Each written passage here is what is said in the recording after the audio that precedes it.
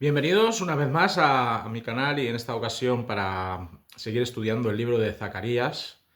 Hoy vamos a seguir con el capítulo número 4 y vamos a hablar acerca de capacitación. Y a modo de introducción decir que la historia está plagada de hombres y mujeres que partiendo de su insignificancia social llegaron a alcanzar logros impresionantes y asombrosos. Una mezcla de pericia, fe, constancia hizo que, desde la poca importancia que se les otorgaba en un momento dado, cumpliesen sus sueños prácticamente inalcanzables, casi imposibles de conseguir. La mayoría de estas personas partían desde circunstancias adversas de la vida, desde la humildad de sus condiciones y desde una presión social que impedía, en la mayoría de los casos, tratar de auparse a las cotas del éxito y de la relevancia.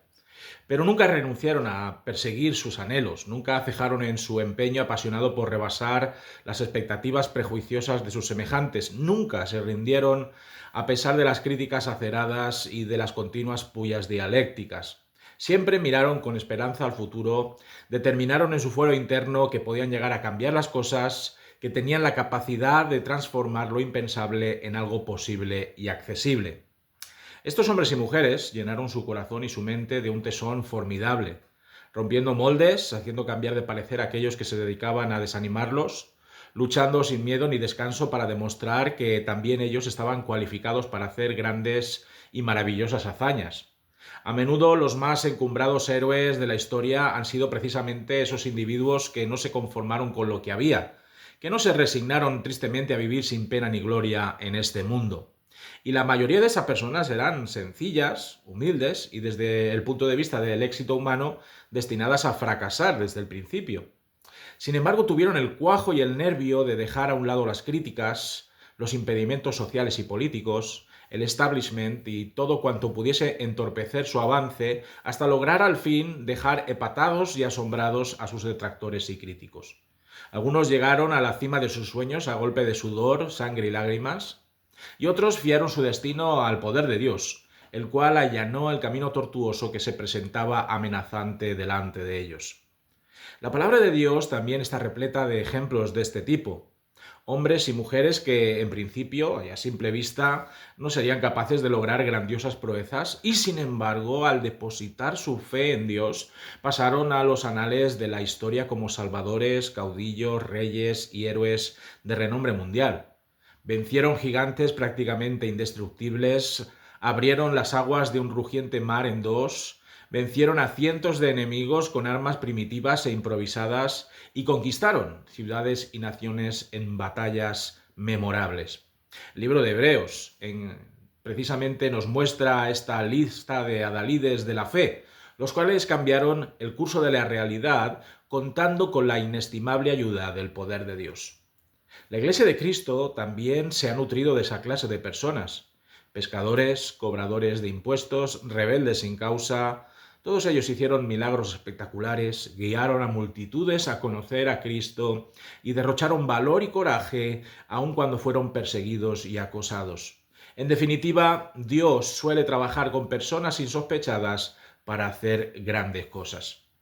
En el texto que vamos a tratar a continuación entenderemos cuál es nuestra posición en el orden de cosas que Dios ha establecido para la salvación del mundo. Apreciaremos en esta nueva visión de Zacarías el protagonismo de gestas, hazañas y épicos portentos que tienen como el autor y el sustentador a Dios. Y no se trata simplemente de una cuestión puramente humana. Nosotros solamente somos herramientas voluntarias que le emplea para comenzar una obra que no cesará de desarrollarse hasta que no se complete plenamente. Zacarías se siente zarandeado en medio de su descanso nocturno por la mano del mismo ángel que le está enseñando cuál ha de ser la voluntad de Dios para Israel tras su regreso del exilio babilónico. De ahí que leamos en los primeros 6 versículos lo siguiente. Volvió el ángel que hablaba conmigo y me despertó como un hombre que es despertado de su sueño y me dijo, ¿qué ves? Y respondí, he mirado y he aquí un candelabro todo de oro, con un depósito encima y sus 7 lámparas encima del candelabro y 7 tubos para las lámparas que están encima de él. Y junto a él 2 olivos, el uno a la derecha del depósito y el otro a su izquierda. Proseguí y hablé diciendo a aquel ángel que hablaba conmigo: ¿qué es esto, Señor mío? Y el ángel que hablaba conmigo respondió y me dijo: ¿no sabes qué es esto? Y dije: no, Señor mío. Entonces respondió y me habló diciendo: esta es palabra de Jehová a Zorobabel, que dice: no con ejército ni con fuerza, sino con mi espíritu, ha dicho Jehová de los ejércitos. La descripción de Zacarías que vemos aquí, que realiza de aquello que puede percibir de la visión que Dios le envía, es muy propia del mobiliario del templo que fue destruido décadas atrás. Contempla la imagen de la menorá, de una lámpara o candelabro con 7 brazos y 7 mechas que debía ser alimentada con aceite por los sacerdotes a fin de que su llama no se extinguiese ni de día ni de noche. Era el símbolo de la luz divina habitando en medio de su pueblo, y si por un casual esa llama se apagaba, se solía considerar como un mal augurio para Israel. De ahí que nunca faltase su carga de aceite procedente de un depósito ad hoc. Sin embargo, algo distinto a lo que se conocía de esta menorá aparece. Nos dice el texto que cada lámpara era alimentada de aceite por 7 tubos, por lo que en total habría 49 tubos suministrando de combustible vegetal a esta menorá, y junto a la menorá 2 olivos, fuente y origen del aceite de oliva más puro, escoltando a este símbolo tan apreciado por los israelitas y que debía ser restaurado en cuanto se construyese al fin el segundo templo de Jerusalén.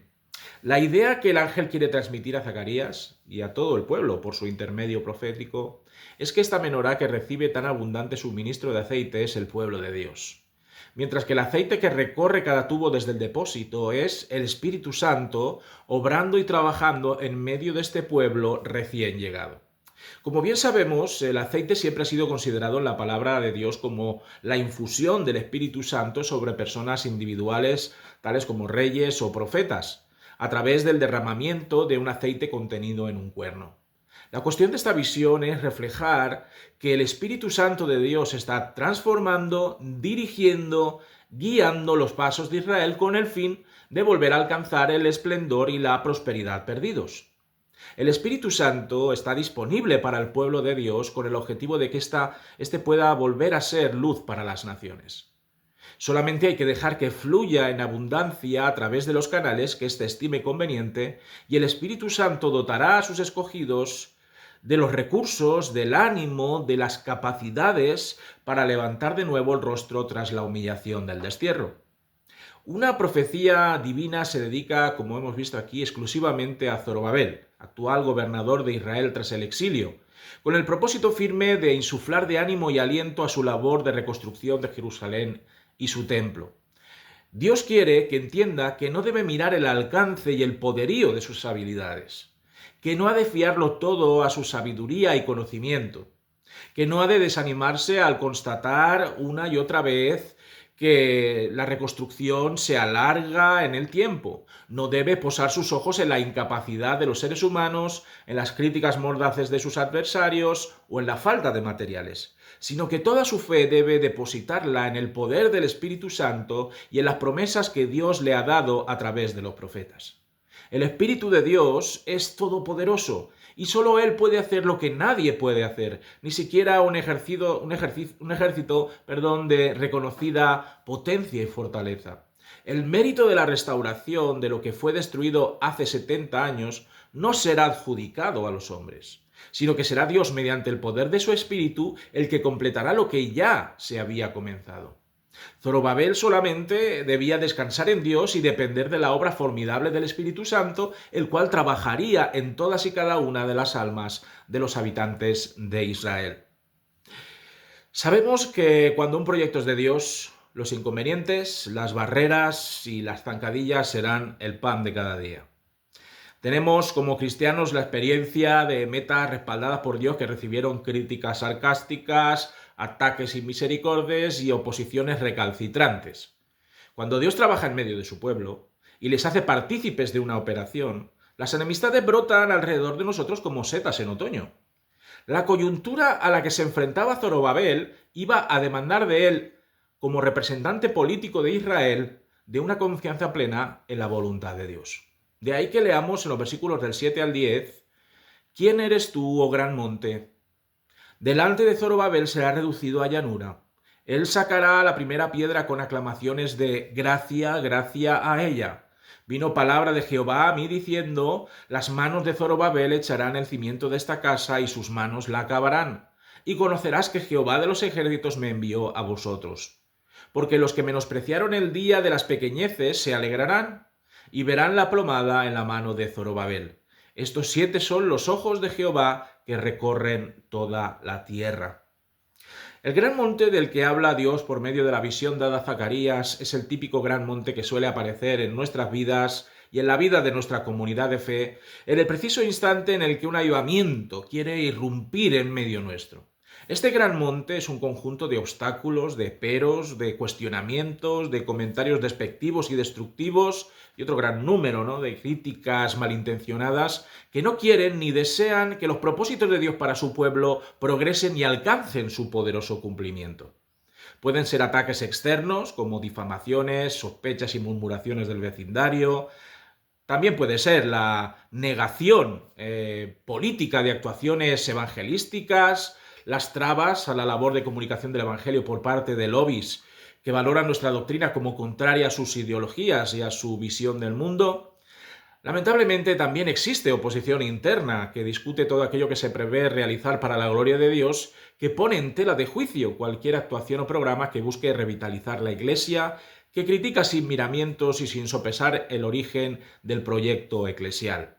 Grandes montes que impiden siquiera momentáneamente, siquiera completamente, el avance del reino de los cielos y la extensión del Evangelio. Zorobabel, cuando Zacarías recibe esta profecía, lleva al mando de operaciones de restauración de Jerusalén 17 años, y la cosa parece no avanzar. Pasan los años y todavía está lidiando con la cimentación y los fundamentos de aquello que simbolizará el asentamiento definitivo de Dios en medio de Israel. Es fácil desanimarse y descorazonarse cuando las obras se eternizan y no es posible vislumbrar el final y la consumación de tanto trabajo duro y de tanto empeño esforzado. Si Zorobabel se entregaba, rendido, en brazos de la visión humana y material, lo más probable es que nada llegase a terminarse y se dejara para mejores tiempos y circunstancias, acabando con la reconstrucción de Jerusalén y del templo a saber cuándo. No obstante, Dios quiere avivar el fuego de la ilusión y de la pasión en el corazón desalentado de Zorobabel. Lo que Dios comienza, Dios lo va a terminar. Por eso Dios hace esta pregunta a quienes intentan dilatar y entorpecer la reedificación. Gran monte, ¿quién eres tú al lado del poderoso de Israel? ¿Qué puedes hacer contra el poder del Espíritu de Dios? La oposición así se convierte en un acicate para seguir luchando, para seguir trabajando, puesto que Dios puede derribar un gran monte para transformarlo en una llanura que permita llevar a término lo que Dios había respaldado e iniciado. A nosotros también nos vendría de maravilla considerar aquellos grandes montes de nuestra vida, que no son pocos, como llanuras en virtud del poder del Espíritu Santo, y poder decir a esos elevados y gigantescos montes, ¿quién eres tú, oh gran monte? Zorobabel sacaría de esta misma llanura la piedra angular con la que construir la casa de Dios y completaría la tarea que Dios le había encomendado hasta el final, señalando y confirmando la palabra profética dada a Zacarías y dejando claro a todo el mundo que Dios aprovecha hasta lo que fue desechado, es decir, aquello que fue considerado minúsculo e insignificante para edificar su voluntad. Y al contemplar por fin todo un nuevo templo, toda una nueva Jerusalén, no podrá Zorobabel más que admirar la mano de Dios en todo ello cantando gracia, gracia en Jerusalén. Aquellos que menospreciaron aquellas opiniones, aquellas críticas, aquellos comentarios venenosos en torno a unos inicios lentos y costosos de reconstrucción, gritarán de alegría y de gozo al comprobar la bondad, la fuerza y el poder de Dios en la confección del templo. Sabrán que Dios siempre estuvo ayudando y auxiliando a Zorobabel en la construcción de una renovada Jerusalén.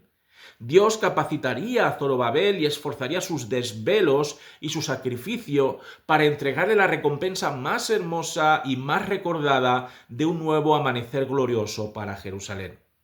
El Señor no deja nada a medias, y por ello haríamos bien en recordar las palabras de Pablo en Filipenses capítulo 1, versículo 6. estando persuadido de esto, que el que comenzó en vosotros la buena obra, la perfeccionará hasta el día de Jesucristo.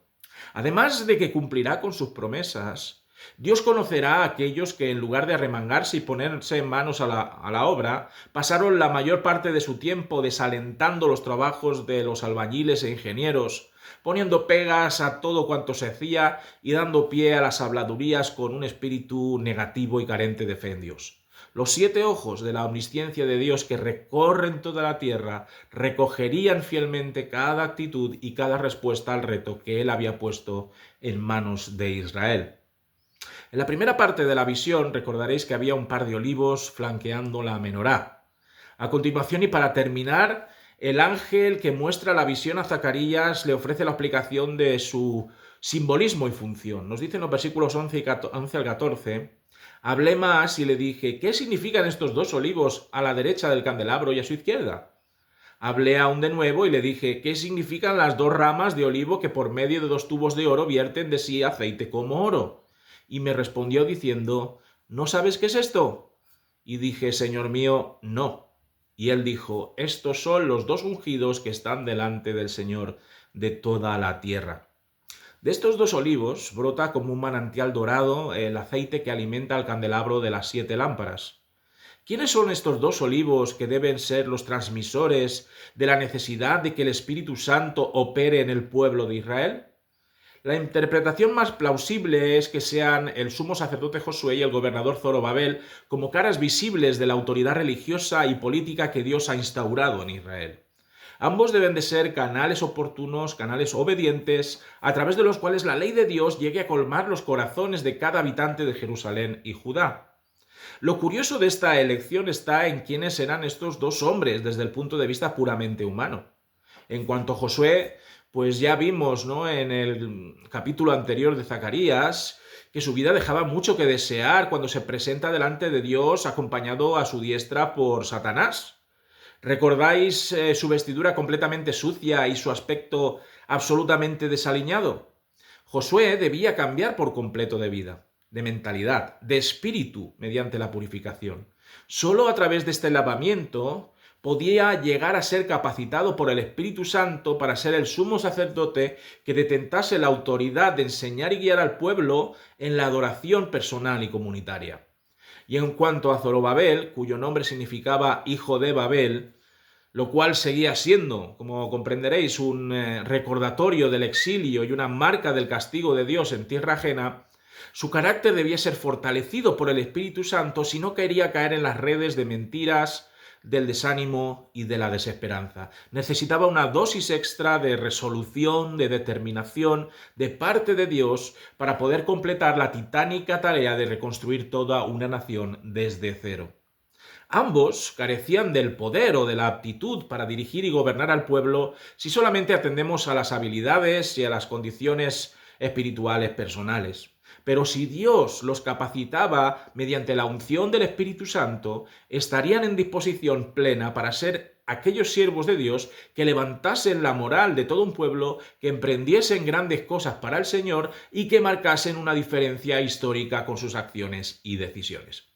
Para terminar el estudio de hoy, decir que nuestra fuerza, nuestro ahínco, nuestro denuedo nunca serán suficientes a la hora de comenzar un proyecto o de llevar a buen puerto un objetivo.